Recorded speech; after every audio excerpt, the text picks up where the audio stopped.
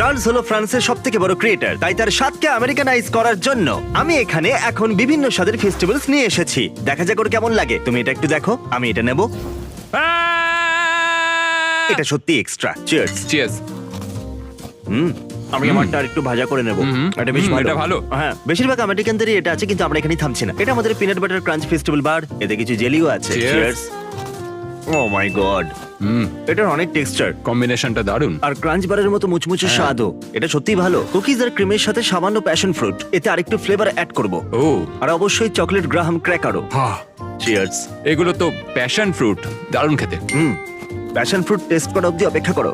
ও আরে সত্যিই ভালো। স্ট্রবেরি হুইপড ক্রিমও আছে, বার্থডে কেকের মতো স্প্রিংকেলও ছড়ানো। ফেস্টিভ্যালস বার্থডে কেক বার। এটা একদম আমেরিকানদের মতো, তাই না? এটা কিন্তু প্রায় আমেরিকানদের মতোই, দেখেছো? দারুণ। ও, আমার স্ট্রবেরিটা হারিয়ে গেছে।